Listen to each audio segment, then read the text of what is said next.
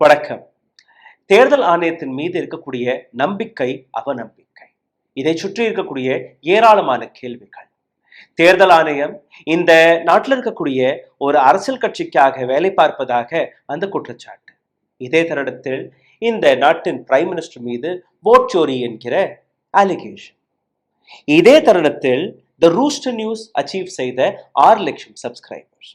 இன்னைக்கு அதே தேர்தல், அதே பொலிட்டிஷியன், அதே பொலிட்டிக்ஸை பற்றி பேசாமல் இந்த நாட்டு அரசியலையே பிரட்டி போட்ட ஒரு கதையுடன் உங்களை நான் சந்திக்கிறேன்.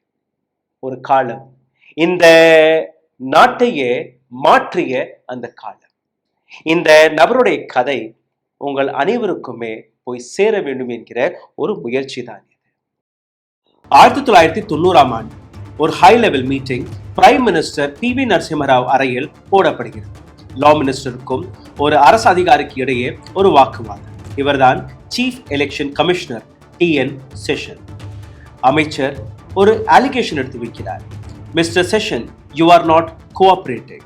அதற்கு ஒரு துளி கூட பயப்படாமல், பிரைம் மினிஸ்டருடைய முகத்தை கூட பார்க்காமல் TN செஷன் கொடுத்த பதில், mister minister, I represent the election commission of India. I am not a cooperative society. இந்த வார்த்தையை கேட்ட உடனேயே ஒட்டுமொத்த அறையில் ஒரு அமைதி தொடங்கியது. ஒரு பாபு ஒட்டுமொத்த அரசியல்வாதிகளுக்கு பாடம் நடத்த தொடங்கிவிட்டார். பாபு என்றால் வட இந்தியாவில் உயர் பதவியில் இருக்கக்கூடிய அரசு அதிகாரிகளை அழைப்பார்கள். அதே போன்ற ஒரு பாபு தான் TN செஷன். IAS டாப்பராக இருந்து இந்த நாட்டில் இருக்கக்கூடிய ஹையஸ்ட் பியூரோக்ராட்டிக் பதவியில், அதாவது கேபினட் செக்ரட்டரியாக உயர்ந்த ஒரு நபர். ராஜீவ்காந்தி பிரைம் மினிஸ்டராக இருந்தபோது அவர் கையிலிருந்தே பிஸ்கட்டை கூட தைரியமாக பறித்த ஒரு நபர். 1990ஆம் ஆண்டு ரிட்டையர்மெண்ட் போஸ்டிங்காக கருதப்படக்கூடிய சீஃப் எலெக்ஷன் கமிஷனராக பதவியேற்ற நபர். அந்த காலகட்டத்தில் இவருடைய ஒரு dialogue, I eat politician for breakfast.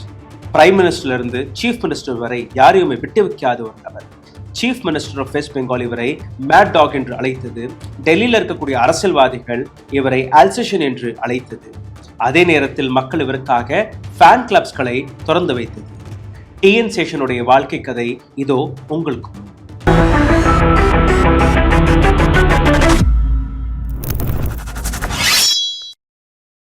1962ஆம் ஆண்டு TN செஷனுக்கு கிடைத்த முதல் posting director of transport Madras. ஒரு நாள் திடீர் என்று டிரைவர்ஸ், மெக்கானிக்ஸ் அனைவருமே இவரை வளைத்திருக்கிறார்கள், ட்ரோல் செய்திருக்கிறார்கள். உங்களுக்கு என்ன சார், AC ரூம்ல உட்கார்ந்துருக்கீங்க, உத்தரவுகளை போட்டு விடுகிறீர்கள். பாதிக்கப்படக்கூடிய நபர்கள் நாங்கள் தான். வண்டி ஓட்ட தெரியுமா, அல்ல ஒரு வண்டி ரிப்பேர் ஆனால் அதை சரிபார்ப்பதாவது உங்களுக்கு தெரியுமா என்று கேலி செய்திருக்கிறார்கள். அடுத்த நாள்ல இருந்து TN செஷன் அங்க இருக்கக்கூடிய மெக்கானிக்ஸ்களை தொடர்பு கொண்டு வண்டியை ரிப்பேர் எப்படி செய்வது என்று கற்றுக்கொண்டிருக்கிறார். இது மட்டுமல்ல, பஸ் எப்படி ஓட்டுவது என்றும் அதையும் கற்றுக்கொண்டிருக்கிறார். இதே போன்ற ஒரு நாள் வீட்டுக்கு திரும்பும் போது ஒரு பஸ் டிரைவர் ரேஷாக வண்டி ஓட்டுவதை பார்த்திருக்கிறார். வண்டியை உள்ள பார்க்கும்போது ஏராளமான மக்களுடைய உயிர் ஆபத்தில் இருப்பதாக உணர்ந்து உடனடியாக தன்னுடைய காரை வைத்து அந்த பஸ்ஸை ஓவர்டேக் செய்து நிறுத்தியிருக்கிறார். பஸ் டிரைவரை கீழே இறக்கிவிட்டு அந்த பஸ்ஸை தானாகவே 80 கிலோமீட்டர் டிப்போ வரை ஓட்டி வந்திருக்கிறார் TN செஷன். இது மட்டுமல்ல, இதே போன்ற இன்னொரு இன்சிடென்ட். அப்ப இருந்த சீஃப் மினிஸ்டரான K. காமராஜர் அவர்கள், அவருடைய மிக நெருக்கமாக இருக்கக்கூடிய இன்னொரு அதிகாரி, deputy secretary of Madras, TN செஷனை ஒரு ஃபைலில் கையெழுத்து போட கூறியிருக்கிறார். அந்த ஃபைலை படித்து பார்த்த TN செஷன், இது என்னால் முடியாது என்று கூறிய அடுத்த நிமிடமே K. காமராஜர் தலைமையில் அங்க இருக்கக்கூடிய அரசாங்கம் TN செஷனுக்கு டிரான்ஸ்பர் ஆர்டரை வழங்குகிறார்கள். அடுத்த நாள் புதிய டிபார்ட்மெண்ட்டுக்கு சென்ற TN செஷன், அவர் கையில் இன்னொரு டிரான்ஸ்பர். அந்த டிபார்ட்மெண்ட்டுக்கு போய் பார்க்கும்போது அவர் கையில் இன்னொரு டிரான்ஸ்பர். இதே போன்று ஒரே ஒரு நாளில் TN செஷனுக்கு 7 முறை டிரான்ஸ்பர் கிடைத்தது. அதாவது ஒரு டிபார்ட்மெண்ட்ல இருந்து இன்னொரு டிபார்ட்மெண்ட், இன்னொரு டிபார்ட்மெண்ட்ல இருந்து இன்னொரு டிபார்ட்மெண்ட். இதுதான் TN செஷனுடைய தொடக்கம். TN செஷனுக்கும் அரசியல்வாதிகளுக்கும் மோதல் எப்பவுமே நடந்திருக்கிறது. 1965ஆம் ஆண்டு TN செஷனுடைய அடுத்த சாப்டர்.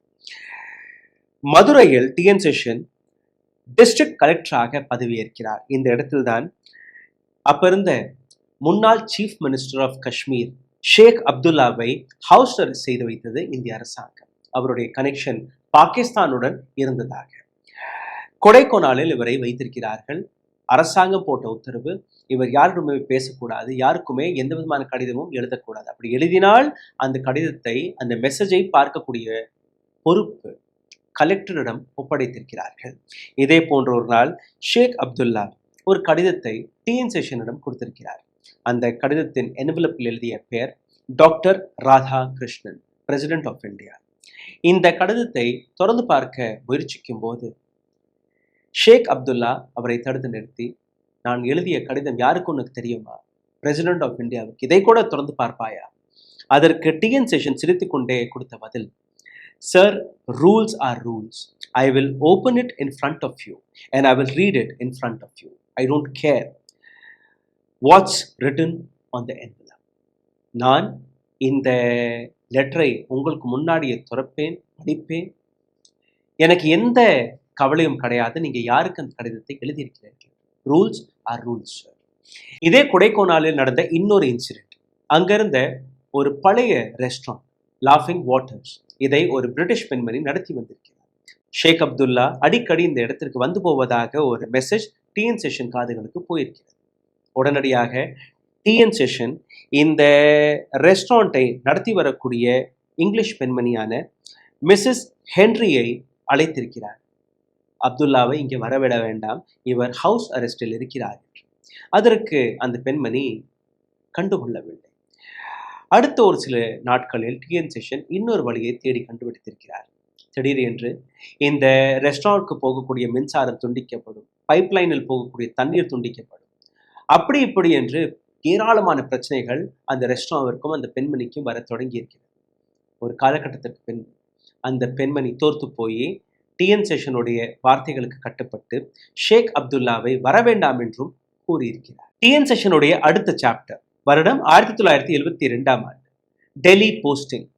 தன்னுடைய ஆட்டோபயோகிராஃபி த்ரூ த புரோக்கன் கிளாஸஸில் இந்த சாப்டரை அவர் எழுதியிருக்கிறார். விக்ரம் சாராபாயுடைய மரணத்திற்கு பின்பு ஹோமி சேத்னாவை சேர்மேன் ஆஃப் அட்டாமிக் எனர்ஜி கமிஷனாக பதவியேற்க வைக்கிறார்கள். அதே இடத்தில்தான் டிஎன் சேஷனும் மாற்றப்படுகிறார். டிஎன் சேஷனுடைய பாஸ் தான் ஹோமி சேத்னா. ஹோமி சேத்னா டிஎன் சேஷனை பார்த்தவுடன் ஒரு நெகட்டிவ் கமெண்டை அவருடைய ஃபைலில் எழுதி விடுகிறார். He is an aggressive person. தனக்கு கீழே வேலை பார்க்கக்கூடிய யாரையுமே மதிப்பதல்ல. இந்த விஷயத்தை கேட்ட உடனே, அதாவது ஒரு அதிகாரியுடைய ஃபைலில் இப்படிப்பட்ட கமெண்ட் எப்பவுமே எழுதப்பட்டதை கிடையாது. டிஎன் சேஷன் இந்த வார்த்தையை கேட்ட உடனேயே ஒரு கடிதத்தை எழுதுகிறார் கேபினட் செக்ரட்டரிக்கு. இந்த கடிதம் கேபினட் செக்ரட்டரி வழியாக இந்திரா காந்தி, அப்ப இருந்த பிரைம் மினிஸ்டர் வரை போகிறது. பிரைம் மினிஸ்டர் டிஎன் சேஷனை தன் அறைக்கு அழைத்து, நீங்க அக்ரெசிவா, நீங்க புலி செய்து வருகிறீர்களா என்று கேட்கும்போது, ஆமாம், எனக்கு நீங்க எந்த வேலையை கொடுத்தாலும் நான் அக்ரெசிவாக தான் அந்த வேலையை முடிப்பேன், இது என்னுடைய வழக்கம். ஆனால் நான் யாரையுமே புலி எல்லாம் செய்வதல்ல, இது என்னுடைய ஒரு வேலை பார்க்கக்கூடிய முறை. இந்த அக்ரெசிவ்னஸை, இந்த ஃபேர்னஸை இந்திரா காந்தி அப்ரிஷியேட் செய்து அந்த எழுதப்பட்ட நெகட்டிவ் கமெண்ட்டை நீக்கினார்களா. டிஎன் சேஷன் மீண்டும் ஒரு முறை தமிழ்நாட்டிற்கு மாற்றப்படுகிறார். இந்த முறை எம்ஜிஆர் சீஃப் மினிஸ்டராக இருந்தபோது ஒரு ஹை லெவல் மீட்டிங் போடப்படுகிறது. இந்த ஹை லெவல் மீட்டிங்கில் எம்ஜிஆர் கூறிய வார்த்தை, இந்த ஃபைலை படித்து பார்த்து இதில் உடனடியாக கையெழுத்தை போடும்படி. டிஎன் சேஷன் அந்த ஃபைலை படித்து பார்த்த உடனேயே, இது தமிழ்நாட்டிற்கு நஷ்டத்தை தேடி கொடுக்கும், இதில் நான் கையெழுத்து போட மாட்டேன். எம்ஜிஆருக்கு கோபம் வந்து விட்டதாம். எம்ஜிஆர் அவரை மிரட்டி இருக்கிறார். ஆனால் கூட டிஎன் சேஷன் ஒரு துளி கூட பயப்படாமல் அந்த ஃபைலில் கையெழுத்து போடாமல் அந்த ஃபைலை திருப்பி அனுப்பிவிட்டார். இதற்கு பின் என்ன? எம்ஜிஆர் போட்ட அடுத்த உத்தரவு, டிஎன் சேஷனை உடனுக்குடன் கீழே இறக்குங்கள் என்று. அப்ப இருக்கக்கூடிய அதிகாரிகள் எம்ஜிஆருடைய உத்தரவையும் ஆக்செப்ட் செய்யணும், டிஎன் சேஷனுக்கு சாதகமாகவும் போகும். டிஎன் சேஷனுடைய ஆஃபீஸ் 9வது மாடியில் இருந்திருக்கிறது. அவரை அக்ரிகல்ச்சரல் செக்ரட்டரியாக மாற்றி கீழே இருக்கக்கூடிய, அதாவது ஃபர்ஸ்ட் ஃப்ளோருக்கு குறைத்திருக்கிறார்கள். வேடிக்கையான விஷயம்தான். எம்ஜிஆருடைய டிஎன் சேஷனை கீழே இறக்குங்கள் என்று கூறிய அந்த உத்தரவும் சரியாகிவிட்டது. டிஎன் சேஷனுடன் யாருமே சேலஞ்சும் எடுத்துக்கொள்ளவில்லை. காலம் கடந்தது. ராஜீவ்காந்தி பிரைம் மினிஸ்டராக பதவியேற்கிறார். 1985 இருந்து 88 டிஎன் சேஷன் ஏராளமான கீ போஸ்டிங்களில் இருந்திருக்கிறார். As a ministry of environment and forest secretary, இதை தாண்டி டிஃபென்ஸ் செக்ரட்டரியாகவும் பதவியேற்றிருக்கிறார். 1987 ஃப்ரீடம் ரன் என்கிற ஒரு மேரத்தான் ரேஸை ஆர்கனைஸ் செய்திருக்கிறார்கள். இந்தியா கேட்ல இருந்து விஜய் சாக் வரை. ராஜீவ் காந்தி இந்த பந்தயத்தில் கலந்து கொண்டிருக்கிறார். ஓட்டம் தொடங்கிய ஒரு சில நிமிடங்களில் ஒரு வெள்ளை அம்பாசிடர் ராஜீவ் காந்தியை நடுவிலேயே நிறுத்தியிருக்கிறது. இதுல இருந்து இறங்கிய டிஎன் செஷன், சார் வண்டியில ஏறுங்க. ராஜீவ் காந்திக்கு கோபம் வந்து விட்டதா? அதற்கு டிஎன் செஷன் கொடுத்த பதில், ஒரு பிரைம் மினிஸ்டர் ஓடும்போது ஏராளமான நபர்கள் நிமிர்ந்து நிற்க வேண்டும். உங்களுடைய பாதுகாப்பு எங்களுக்கு முக்கியம் சார். இதை கேட்ட பின்பு எந்த விதமான வழியும் இல்லாமல் ராஜீவ் காந்தி டிஎன் செஷனுடைய அதே வெள்ளை அம்பாசிடரில் ஏறி திரும்பி இருக்கிறார். இதே போன்ற இன்னொரு இன்சிடென்ட், ஒரு மீட்டிங்கில் பக்கத்தில் வைத்திருந்த ஒரு பிளேட்டிலிருந்து ராஜீவ் காந்தி ஒரு பிஸ்கட்டை எடுத்து சாப்பிடுவதற்கு முன்பே டிஎன் செஷன் அதை தடுத்து நிறுத்தி விட்டாரா? சார், இதை நீங்க சாப்பிடக்கூடாது, இன்னும் இது டெஸ்ட் செய்யப்படவில்லை. ஒரு பிரைம் மினிஸ்டர் என்ன சாப்பிடணும் என்ன சாப்பிடக்கூடாது என்பது என்னுடைய பொறுப்பு, அதனால் இதை நீங்க சாப்பிடக்கூடாது. மார்ச் 1989 டிஎன் செஷனுடைய பீக் டைம், அதாவது இந்தியாவில் இருக்கக்கூடிய உயர் பதவியான கேபினட் செக்ரட்டரியாக பதவியேற்கிறார். ஆனால் இந்த காலகட்டம் வெறும் 8 மாதங்களுக்கு மட்டுமே இருந்திருக்கிறது.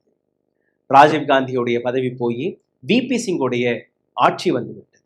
விபி சிங் வந்த உடனேயே இவரை பதவி மாற்றம் செய்கிறார். TN session was sideline. அரசியல்வாதிகள் இவரை ஒரு துளி கூட எந்த உயர் பதவியிலும் வைக்கக்கூடாது என்கிற ஒரு காலகட்டம். 1990 விபி சிங்கின் ஆட்சி மாறி சந்திரசேகரின் ஆட்சி வந்துவிட்டது. டிஎன் செஷன் பனிஷ்மெண்ட் போஸ்டிங் என்று கருதப்படக்கூடிய பிளானிங் கமிஷனில் தன்னுடைய ரிட்டையர்மெண்ட் நாட்களை எண்ணிக்கொண்டிருந்த அந்த தருணம், டிசம்பர் மாதத்தில் இரவு 1 மணி இருக்கும். திடீர் என்று அவருடைய பண்டாரா ரோட் என்கிற இடத்தில் இருக்கக்கூடிய வீட்டுக்கு எதிரே ஒரு அம்பாசிடர் கார் வந்து நிற்கிறது. இதிலிருந்து இறங்கிய நபர் சுப்பிரமணியம் சுவாமி தன்னுடைய மனைவி ருக்ஸானாவுடன் அவருடைய வீட்டிற்கு வந்திருக்கிறார். டிஎன் செஷனுக்கும் சுப்பிரமணியம் சுவாமிக்கும் ஏற்கனவே ஒரு நெருக்கமான நட்பு இருந்திருக்கிறது. எப்பெல்லாம் அவருக்கு தமிழ் சாப்பாடு சாப்பிட விருப்பம் இருக்கிறதோ அப்பெல்லாம் அவர் டிஎன் செஷனுடைய வீட்டுக்கு போய் சாப்பிடுவது வழக்கமாக இருந்திருக்கிறது. ஆனால் அன்னைக்கு அவர் சாப்பிடுவதற்கல்ல, சந்திரசேகருடைய ஒரு மெசஞ்சராக வந்திருக்கிறார். சுப்பிரமணியம் சுவாமி டிஎன் செஷனிடம் கூறிய அந்த வார்த்தை, would you like to become India's next chief election commissioner? நீங்க இந்தியாவின் அடுத்த சீஃப் எலெக்ஷன் கமிஷனராக பதவியேற்க தயாரா என்று கேட்டபோது டிஎன் செஷனுக்கு ஒன்றுமே புரியவில்லை, அமைதியாக இருந்திருக்கிறார். இதே விஷயத்தை தான் ஒரு சில நாட்களுக்கு முன்பு அப்ப இருந்த கேபினெட் செக்ரட்டரியான வினோத் பாண்டேவும் கூறியிருந்திருக்கிறார். அதாவது, நீங்க அடுத்த சீஃப் எலெக்ஷன் கமிஷனராக பதவியேற்க விருப்பம் இருக்கிறதா? அப்ப வினோதை பார்த்து ஐயோ மேட் என்று கூறியிருக்கிறார் டிஎன் செஷன். ஆனால் இந்த முறை இந்த விஷயம் சீரியஸாக இருந்திருக்கிறது. நேரடியாக சுப்பிரமணியம் சுவாமி அப்ப இருந்த யூனியன் மினிஸ்டர் அவரே வீட்டு தேடி இந்த பதவியை ஆஃபர் செய்யும் போது அவர் ஒண்ணுமே புரியவில்லை. எனக்கு ஒரு நாள் அவகாசம் தேவை என்று கேட்டிருக்கிறார். இதற்கு பின் என்ன, டிஎன் செஷன் இரவென்று கூட பாராமல் இரவு 2 மணி அளவில் ராஜீவ் காந்தியின் வீடு 10 ஜன்பட் என்கிற இந்த அட்ரஸிற்கு சென்றிருக்கிறார். ராஜீவ் காந்தி டிஎன் செஷனை பார்த்த உடனேயே சந்தோஷத்தில் சிரித்துக்கொண்டே, a fat fellow is here, will you bring us some chocolates? Rajiv காந்திக்கும் டிஎன் செஷனுக்கும் ஒரு வித்தியாசமான நட்பு இருந்திருக்கிறது. 2 பேருக்குமே சாக்லேட்ஸ் என்றாலே உயிர். சாக்லேட்டை சாப்பிட்டு கொண்டே டிஎன் செஷன் சுப்பிரமணியம் சுவாமி கொடுத்த அந்த ஆஃபரை கூறியிருக்கிறார். ராஜீவ் காந்தி, நிச்சயமாக இந்த பதவியை நீங்க ஏற்றுக்கொள்ள வேண்டும், ஆனால் தாடிக்காரன் எந்த விதமான பிரச்சனையை வரவேற்றிருக்கிறார் என்று அவருக்கு தெரியாது, ஆனால் இது ஒரு பிரச்சனை தான் என்று கூறியிருக்கிறார். இதற்கு பின்பு டிஎன் செஷன் அடுத்த நாள் காலையில் வெங்கட்ராமன் அவர்களை போய் சந்தித்திருக்கிறார், அப்ப இருந்த பிரசிடென்ட். அவரும் டிஎன் செஷனை, நிச்சயமாக இந்த பதவியை நீங்க ஏற்றுக்கொள்ள வேண்டும், ஆனால் இதில் கான்ஃபிளிக்ட் ஏராளமாக இருக்கும். காரணம், உங்களுடைய ஆட்டிடியூட், அரசியல்வாதிகளுடைய ஆட்டிடியூட் எப்பவுமே ஒத்து போவதல்ல, சிந்தித்து பாருங்கள். குழப்பத்தில் டிஎன் செஷனுக்கு ஒன்றுமே புரியவில்லை. அடுத்தபடியாக தன்னுடைய நண்பர் உதவியில் சங்கராச்சாரியருக்கு ஒரு கடிதத்தை எழுதியிருக்கிறார். இந்த கடிதத்தில் இதே கேள்வி கேட்கப்பட்டது, நான் இந்த பதவியை ஏற்றுக்கொள்ள வேண்டுமா ஏற்றுக்கொள்ளக்கூடாது? சங்கராச்சாரியர் அவர்கள் அவருக்கு கொடுத்த பதில், இது ஒரு ஆனரபிள் பொசிஷன், நிச்சயமாக நீங்க இந்த பதவியை ஏற்றுக்கொள்ள வேண்டும். அப்புறம் என்ன, நண்பரான ராஜீவ் காந்தி, இன்னொரு நண்பரான வெங்கட்ராமன், குருவிடமிருந்தும் பெர்மிஷன் கிடைத்துவிட்டது. அடுத்த நாள் 6 மணிக்கு முன்பே டிஎன் செஷன் சுப்பிரமணியம் சுவாமி அவர்களுக்கு போன் செய்து, நான் இந்த பதவியை ஏற்றுக்கொள்கிறேன் என்கிற அந்த அப்ரூவலை கொடுத்து விட்டார். டிசம்பர் 10 1990ஆம் ஆண்டு டிஎன் சேஷன் இந்தியாவின் 10வது சீஃப் எலெக்ஷன் கமிஷனராக பதவியேற்கிறார். அப்ப இருந்த அரசியல்வாதிகள் கைத்தட்டி சிரித்து இவரை வரவேற்றிருக்கிறார்கள். இன்னொரு எஸ் சார் கூறக்கூடிய பாபு வந்து விட்டார் என்று. அவர்களுக்கு என்ன தெரியும்? அவர்கள் தீப்பொறியில் தீ வைத்து விட்டார்கள் என்று. வெடிகுண்டு எப்பவும் வெடிக்கப் போகிறது. ஒரு அரசியல் களத்தையே பிரட்டி போடக்கூடிய ஒரு நபர் வந்துவிட்டார் என்று அவர்களுக்கு தெரியாது. சாதாரணமாக தேர்தல் ஆணையராக ரிட்டையர்மெண்ட் பதவியில் இருக்கக்கூடிய நபர்களை தான் பார்ப்பார்கள். ஆனால் டிஎன் சேஷன் ஒட்டுமொத்த இந்திய எலெக்ஷன் ப்ராசஸையே மாற்ற போறார் என்று அன்னைக்கு யாருக்குமே தெரியவில்லை. டிஎன் சேஷன் பதவி எடுத்த நாள்ல இருந்து ஒவ்வொரு நாளும் பல விஷயங்களை மாற்ற தொடங்கி இருக்கிறார். அவர் கவனித்த மிக முக்கியமான விஷயம், ஒரு 30 ரூபாய்க்கு ஒரு நோட் புக்கை வாங்குவதாக இருந்தால் கூட அரசியல்வாதிகள் அரசாங்கத்துடைய கையெழுத்து தேவைப்பட்டிருக்கிறது. அதாவது எந்த விதத்திலையுமே தேர்தல் ஆணையம் சுதந்திரமாக கிடையாது. அனைத்திற்கும் அரசாங்கத்திடம் போய் கை கட்டி நிற்கக்கூடிய அந்த தருணம் இருந்திருக்கிறது. இதை மாற்ற வேண்டும் என்கிற ஒரு முடிவை டிஎன் சேஷன் எடுத்திருக்கிறார். இதே போன்று அவர் கவனித்த இன்னொரு விஷயம், தன்னுடைய ஆபீஸ் அறையில் போன உடனேயே அவர் பார்த்த விஷயம், 4 புறமும் சுவாமி படங்கள் இருந்திருக்கிறது, கேலண்டர்ஸ்கள் இருந்திருக்கிறது. உடனடியாக அங்க இருக்கக்கூடிய மற்ற அதிகாரிகளை கூப்பிட்டு, இப்பவே இந்த அறையிலிருந்து இருக்கக்கூடிய அனைத்து சாமி படங்களையும் கலட்டுங்கள், இங்க இருக்கக்கூடிய ஒரு கேலண்டர் கூட இருக்கக்கூடாது என்று கூறியிருக்கிறார். அதற்கு பதிலாக அவர்கள் கேட்ட கேள்வி, சார் நீங்களே சாமி பக்தர் தானே, எதற்காக இந்த படத்தை எல்லாம் எடுத்து கூறுகிறீர்கள்? இது ஒரு கவர்மெண்ட் ஆஃபீஸ், ஒரு கான்ஸ்டியூஷனல் பாடிக்கான ஆஃபீஸ். இந்த இடத்தில் ஒரு கான்ஸ்டியூஷனுக்கான இமேஜ் இருக்கிறது, அதுதான் கடவுள். எந்த கடவுளையுமே நீங்க இந்த ஆஃபீஸுக்குள் கொண்டு வரக்கூடாது. It has to be a நான் ரிலீஜியஸ் ஆஃபீஸ். டிஎன் சேஷன் மாற்றிய இன்னொரு மிக முக்கியமான விஷயம், டிஎன் சேஷன் அந்த ஃபைல்ஸ்களில் எழுதப்பட்ட அந்த வார்த்தையை பார்த்திருக்கிறார், election commission government of India. ஆனால் டிஎன் சேஷன் இந்த வார்த்தையை மாற்றுவதற்காக, election commission is not a part of government, election commission is a part of India. அதனால் அந்த பெயரை மாற்றி எலெக்ஷன் கமிஷன் ஆஃப் இந்தியா என்று எழுத வேண்டும் என்று டிஎன் சேஷன் அதை மாற்றினார். அந்த தருணத்தில் பிரசார் பாரதிக்கு கொடுத்த ஒரு இன்டர்வியூவில் டிஎன் சேஷன் கொடுத்த அந்த statement, I am not the election commissioner of government of India, I am the election commissioner of India. நான் இந்த நாட்டு அரசாங்கத்துடைய தேர்தல் ஆணையர் கிடையாது, நான் இந்த நாட்டின் தேர்தல் ஆணையர். இந்த விஷயம் பரவலாக பரவியது. ஒட்டுமொத்த அரசியல்வாதிகள் மனதில் ஒரு மிகப்பெரிய மெசேஜை டிஎன் சேஷன் கொடுத்து விட்டார். அதாவது நான் நீங்க கூறக்கூடிய எஸ் பாஸ் என்கிற அந்த சாதாரணமான அதிகாரி கிடையாது, நான் இந்த செக்ஷனை, இந்த கமிஷனை மாற்ற வந்திருக்கிறேன். இந்த விஷயம் எந்த அளவில் வளர்ந்திருக்கும் என்று இன்னைக்கு பாருங்கள். அப்ப இருந்த பத்திரிகையாளர்கள் இவரிடம் கேட்டபோது, ஏன் நீங்க இந்த அளவில் அக்ரெசிவாக இருக்கிறீர்கள்? அதற்கு டிஎன் சேஷன் கொடுத்த பதில், நான் சட்டத்தை ஃபாலோ செய்கிறேன், அப்படி உங்களுக்கு பிடிக்கவில்லை என்றால் சட்டத்தை மாற்றி விடுங்கள். அதே தருணத்தில் அவருடைய இன்னொரு dialogue, I eat politicians for breakfast என்று கூறியது. நான் தன்னுடைய காலை சாப்பாட்டிலேயே அரசியல்வாதிகளை சாப்பிட்டு விடுவேன். டிஎன் சேஷனுடைய அந்த ஸ்டபின்னஸிற்கான இன்னொரு உதாரணம், லா மினிஸ்ட்ரிக்கும் டிஎன் சேஷனுக்கும் ஏற்பட்ட ஒரு மிகப்பெரிய மோதல். அப்ப இருந்த லா மினிஸ்டரான ரங்கராஜன் குமாரமங்கலம் எட்டாவாவில் நடக்கக்கூடிய தேர்தலை போஸ்ட்பான் செய்வதற்கான அந்த பிரஷரை போட்டு பார்த்தார். உடனடியாக டிஎன் சேஷன் நேரடியாக பிரைம் மினிஸ்டர் நரசிம்மராவிற்கு போன் செய்து பேசிய வார்த்தை, sir your minister is interfered in my work, என்னுடைய வேலையில் உங்களுடைய மினிஸ்டர் தலையிட்டிருக்கிறார், தடை போட பார்த்திருக்கிறார். திஸ் இஸ் அன்கான்ஸ்டியூஷனல், இந்த நாட்டு கான்ஸ்டியூஷனுக்கு எதிராக உள்ள ஒரு விஷயம். I want your minister to apologise in writing, உங்களுடைய மினிஸ்டரை எழுத்து வடிவமாக மன்னிப்பு கேட்க சொல்லுங்கள். இந்த விஷயத்திற்கு பின்பு ஏராளமான நபர்கள் டிஎன் சேஷனை இதெல்லாம் இப்படி நடக்கக்கூடாது என்று கூறிய பின்பு கூட டிஎன் சேஷன் ஒரு துளி கூட பட் செய்யவில்லை. அன்னைக்கு மாலை ஜாயிண்ட் செக்ரட்டரி வழியாக லா மினிஸ்டர் ஒரு கடிதத்தை அனுப்புகிறார், மன்னிப்பு கடிதம். டிஎன் சேஷன் எந்த அளவில் பவர்ஃபுல்லாக தன்னுடைய பொசிஷனை வளர்த்து வந்தார் என்று சிந்தித்து பாருங்கள். டிஎன் சேஷன் வெறும் அரசியல்வாதிகளை மற்றும் ஒரு கை பார்ப்பதல்ல, தன்னுடைய மற்ற பியூரோக்ராட்ஸ்களையும் அப்படிதான் பார்ப்பார். டிஎன் சேஷன் ஐஏஎஸ் ஆஃபீஸர்களை பாலிஷ்ட் கால்கர்ஸ் என்றும் அழைத்த ஒரு காலகட்டம் இருக்கு. இதே போன்று மசூரியில் இருக்கக்கூடிய புதிய ஐஏஎஸ் ஐபிஎஸ் ஆஃபீஸர்களுக்கு ஸ்பீச் கொடுப்பதற்காக அவரை அழைத்திருக்கிறார்கள். டிஎன் சேஷன் பார்த்த உடனேயே Bhanwala earns more then you என்று கூறியிருக்கிறார். அதாவது ஒரு வெத்தலை விற்கக்கூடிய பீடி சிகரெட் விற்கக்கூடிய நபர் கூட உங்களை விட அதிகமாக பணம் சம்பாதிக்கக்கூடிய நபர். இந்த வேலைக்கு நீங்க வெறும் பணம் சம்பாதிப்பதற்காக வந்ததாக இருந்தீர்கள்னா தயவு செய்து இந்த வேலையை விட்டு போய்விடுங்கள்.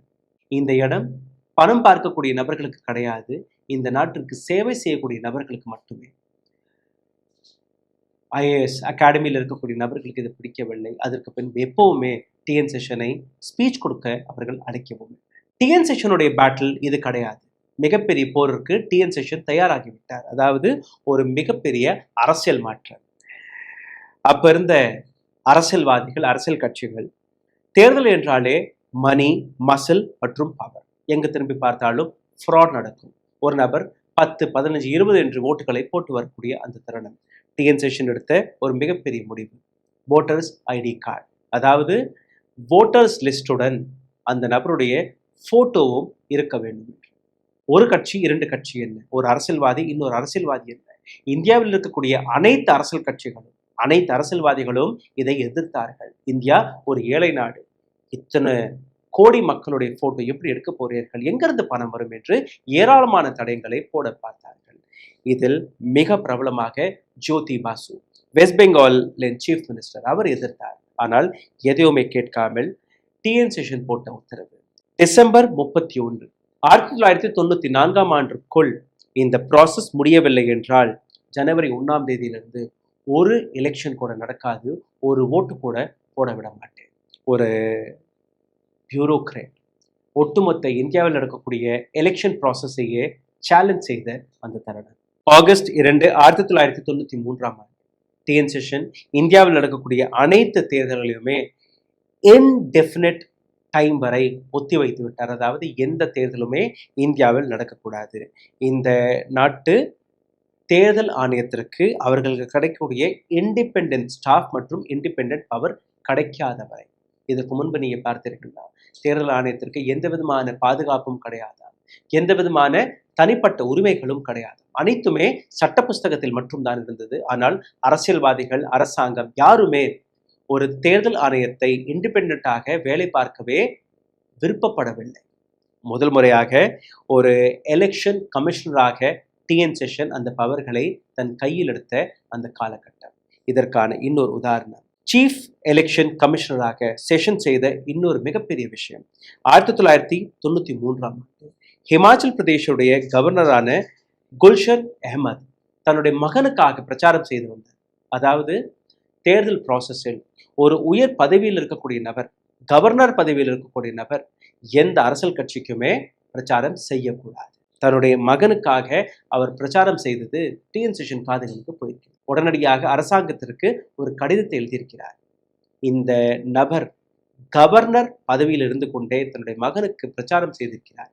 இந்த நபர் பதவி விலக வேண்டும், இல்லை என்றால் அங்க இருக்கக்கூடிய அந்த தேர்தலையே நான் கேன்சல் செய்து விடுவேன்.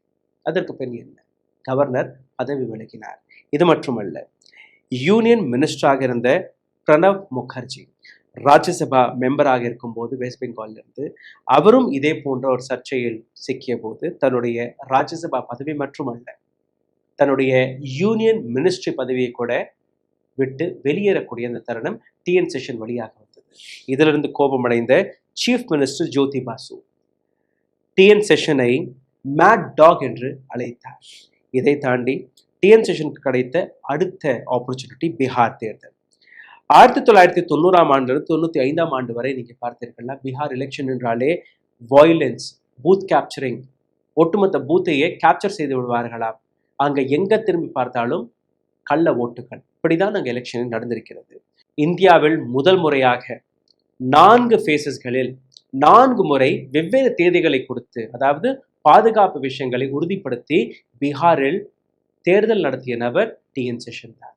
இது மட்டுமல்ல, 1993 ஆண்டு மவு டிஸ்ட்ரிக்டில் கோஷி என்கிற இந்த சீட்டில் தேர்தல் வருவதற்கு முன்பு அப்ப இருந்த ஒரு மிகப்பெரிய மினிஸ்டரான கல்பத் ராய் ஸ்பீச்சை கொடுத்து கொண்டிருந்தார். டிஎன் செஷன் வந்ததுக்கு பின்பு 5 மணிக்கு மேல யாருமே எந்த விதமான பிரச்சாரத்தையும் நடத்தக்கூடாது. டோர் டு டோர் கேம்பெயின் செய்யலாம், ஆனால் மேடை ஏறி பேசக்கூடாது என்கிற ஒரு மாடல் கோட் ஆஃப் கண்டக்ட்.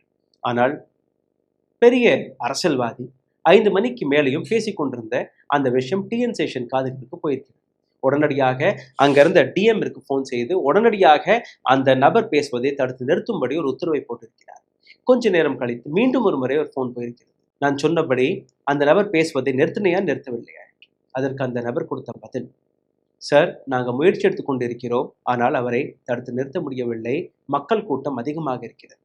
அதற்கு டிஎன் செஷன் கொடுத்த பதில், நீ நிறுத்தினா உனக்கு தான் நல்லது, இல்லைன்னா நான் சென்ட்ரல் ஃபோர்ஸ்களை அங்கே அனுப்பி அந்த நபரை மேடையிலிருந்தே கீழே இறக்கி விடுவேன். இதற்கு பின்பு உன்னுடைய வேலையும் இருக்காது. அதற்கு பின் என்ன? அந்த நபர் லோக்கல் போலீஸ்களை கூப்பிட்டு மேடை ஏறி அந்த அரசியல்வாதி பேசிக்கொண்டிருக்கும் போதே மைக்கை ஆஃப் செய்த அந்த தருணம். இந்த விஷயம் ஒட்டுமொத்த பொலிட்டிக்கல் சர்க்கிளில் ஒரு மிகப்பெரிய மெசேஜை கொடுத்திருக்கிறது. நீங்கள் யாராக இருந்தாலும் பரவாயில்லை, டிஎன் செஷனுக்கு கீழே தான் தேர்தல் என்றாலே டிஎன் செஷன் என்கிற அந்த மெசேஜ் போயிருக்கிறது. அரசாங்கம் டிஎன் செஷனை பார்த்து பயப்பட தொடங்கியது. அரசாங்கம் டிஎன் செஷனுடைய பவரை குறைக்கும் நோக்கத்தில் 1993 ஆண்டு நரசிம்மராவ் தலைமையில் ஒரு ஆர்டினன்ஸ் கொண்டு வரப்பட்டது. எலெக்ஷன் கமிஷனருடைய பாரத்தை குறைக்கும் நோக்கத்தில் 2 அடிஷனல் தேர்தல் ஆணையர்களை அப்பாயிண்ட் செய்யக்கூடிய அந்த தருணம். எம்எஸ் கில் மற்றும் ஜிவிஜி கிருஷ்ணமூர்த்தி அவர்களை 2வது 3வது தேர்தல் கமிஷனராக பதவியேற்க வைத்தார்கள். மீண்டும் ஒரு முறை செஷனை பார்த்து பத்திரிகையாளர்கள் கேட்ட கேள்வி, என்ன சார் உங்களுக்கு அவ்வளோ வேலை இருக்கிறதா என்று. அதற்கு டிஎன் செஷன் சிரித்து கொண்டே கொடுத்த பதில், எனக்கு என்ன வேலையா இருக்கு, காலையில் 2 நிமிஷம், சாயந்தரம் 2 நிமிஷம் தான் வேலை பார்க்குறேன், மீதம் நேரம் கிராஸ்வேர்ட் சால்வ் செய்யக்கூடிய வேலை தான் எனக்கு இருக்கு, எனக்கு வேலையெல்லாம் கிடையாது, எனக்கு பாரமெல்லாம் கிடையாது. டிஎன் செஷன் ஒரு நாள் லீவிற்கு போகும்போது தன்னுடைய வேலையை மற்ற 2 தேர்தல் அதிகாரிகளிடம் கொடுக்காமல் ஒரு ஜூனியர் அதிகாரியான டிஎஸ் பக்காவிடம் ஒப்படைத்து சென்ற அந்த விஷயம் மிகப்பெரிய அளவில் சர்ச்சையாக மாறியது. இந்த விஷயம் சுப்ரீம் கோர்ட் வரை போனது. அதற்கு பின்புதான் சுப்ரீம் கோர்ட் 3 தேர்தல் ஆணையர்களுக்கான அந்த உத்தரவை அப்ரூவ் செய்தார்கள். டிஎன் செஷனுடைய லெகசி 1990 ஆண்டிலிருந்து 96 ஆண்டு வரை, அதாவது இந்தியாவில் முதல் தேர்தல் ஆணையர் தன்னுடைய ஒட்டுமொத்த கரியரில் சக்சஸ்ஃபுல்லாக தேர்தல் ஆணையர் என்கிற அந்த பொசிஷனை பூர்த்தி செய்த நபர். ரிட்டையர்மெண்ட்டுக்கு பின்பு ஏஷியாவுடைய மிகப்பெரிய அவார்டான ரமன் மேகசேசே என்கிற இந்த அவார்டு இவருக்கு கிடைத்தது. 1997 ஆண்டு பிரசிடென்டாக போட்டியிட்டார். கே நாராயணனுக்கு எதிராக தோற்று போனார். 1999 ஆண்டு காங்கிரஸ் இவருக்கு லோக்சபா சீட் கொடுத்தது, எல்கே அத்வானிக்கு எதிராக, அங்கேயும் தோற்று போனார். கிராஜுவலாக அரசியல் வாழ்க்கையிலிருந்து கொஞ்சம் கொஞ்சமாக வெளியேறிய டிஎன் செஷன் நவம்பர் 10 2019 ஆண்டு சென்னையில் இருக்கக்கூடிய தன்னுடைய சொந்த வீட்டிலேயே காலமானார். அப்போ அவருடைய வயது 86. டிஎன் செஷனை பற்றி இன்னொரு தேர்தல் ஆணையர் கொடுத்த ஒரு ஸ்டேட்மெண்ட், டிஎன் செஷனை பற்றி இன்னொரு தேர்தல் ஆணையரான HS பர்மா கொடுத்த statement. From 1960s to 1980, the Election Commission ran on faith alone. 1960 ஆண்டிலிருந்து 80 ஆண்டு வரை தேர்தல் ஆணையம் விதியை வைத்து மட்டுமே நடந்து வந்தது. Session was the first CEC who truly implemented the Model Code of Conduct and Rule of Law. TN session மட்டும்தான் மாடல் கோட் ஆஃப் கண்டக்ட், எங்களுக்கு இருக்கக்கூடிய அந்த ரூல், அந்த அதிகாரம், அந்த லாவை கொண்டு வந்த நபர் என்று சிந்தித்து பாருங்கள். எந்த அளவில் மிகப்பெரிய ஆளுமையாக டிஎன் செஷன் வளர்ந்து வந்தார். இன்னைக்கு இருக்கக்கூடிய தேர்தல் ஆணையரை பற்றி உங்களுடைய கருத்து என்னவாக இருக்கும்? கீழே கமெண்ட் சொல்லுங்கள். அதை போன்று டிஎன் செஷனை பற்றின உங்களுடைய கருத்தையும் பதிவிட்டு விடுங்கள். நன்றி, வணக்கம். ஊடகம் கார்ப்பரேட் அரசியல்வாதிகளின் கைப்பாவையாக அடிமைகளாக இருந்தது போதும், இனி சாட்டை எடுத்து சுழற்றும் நேரம் வந்துவிட்டது. ஊடகம் பொதுமக்களாகிய உங்களுக்காக, உங்களாலேயே இயக்கப்பட வேண்டும். ஊடக சுதந்திரத்திற்காக உங்களின் பங்களிப்பை இன்றே அளித்திடுங்கள்.